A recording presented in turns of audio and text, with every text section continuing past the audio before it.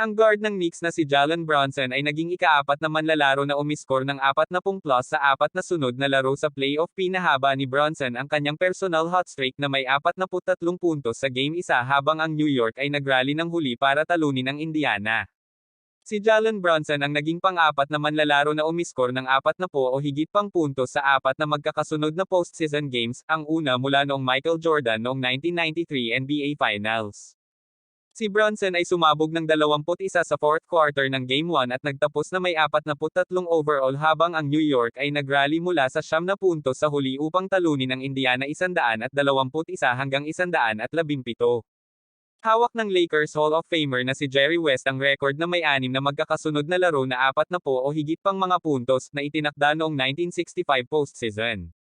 Si Bernard King ay may 4 na sunod para sa Knicks noong 1984 at ginawa ito ni Jordan patungo sa kanyang ikatlong sunod na kampyonato. Kung bago ka pa lang po sa aking channel baka pwede naman po pakipindot subscribe button pati na rin po notification bell para po palagi ka updated sa susunod ko video. Maraming salamat po. Tinapos ni Brunson ang first round series laban sa Philadelphia na may mga laro na 47, 40 at 41 puntos.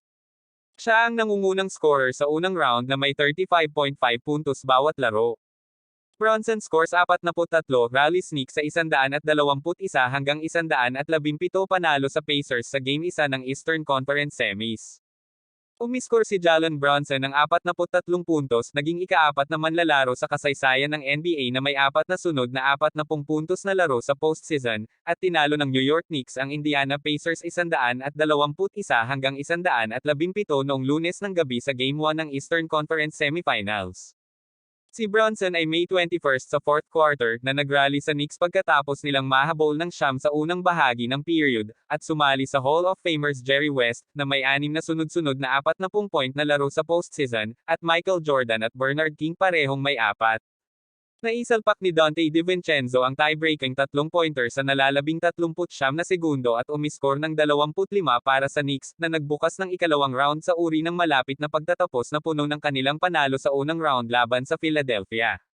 Iniisip ko lang ang paraan ng kanilang pagtatrabaho, marami silang namuhunan sa season na ito at malaki ang inilagay nila sa bawat araw, sabi ni Knicks coach Tom Thibodeau.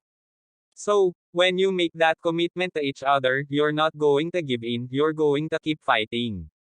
At iyon ang dakilang laban. Alam naming maikli kami. So, yun ang paraan namin.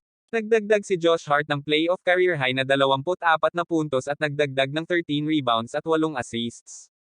Ang number 2 seeded na Knicks ay mag-o-host ng Game 2 sa Miyerkules. Umiskor si Miles Turner ng 23 puntos para sa 6th-seeded Pacers na nakakuha ng malakas na laro mula sa kanilang bench at nasa mabuting kalagayan upang sundan ang kanilang first round na pagpapatalsik sa Milwaukee sa pamamagitan ng paglukso sa pangunguna laban sa Knicks. Ngunit ginabayan ni Brunson ang New York sa isa pang masikip na pagtatapos, matapos nitong malampasan ang Philadelphia ng isang kabuoang puntos sa 6 na laro sa unang round. Mahusay na natalo ni Brunson ang kapwa All-Star point guard na si Tyrese Haliburton, ang assists leader ng NBA na nagtapos na may 6 na puntos at 8 assist matapos iliste bilang questionable sa back spasms. Umiskor si Pascal Siakam ng 19 para sa Indiana at TJ. Nagdagdag si McConnell ng 18, nangunguna sa isang bench na nagtapos na may napakalaking 46 hanggang 3 kalamangan sa mga katapat nito sa New York. Ang bench ay hindi isang malaking prioridad para sa Knicks, nasasakay kay Brunson, Hart at DiVincenzo sa abot ng kanilang makakaya. Naglaro si Hart ng lahat ng 48 minuto, DiVincenzo 44 at Brunson 43.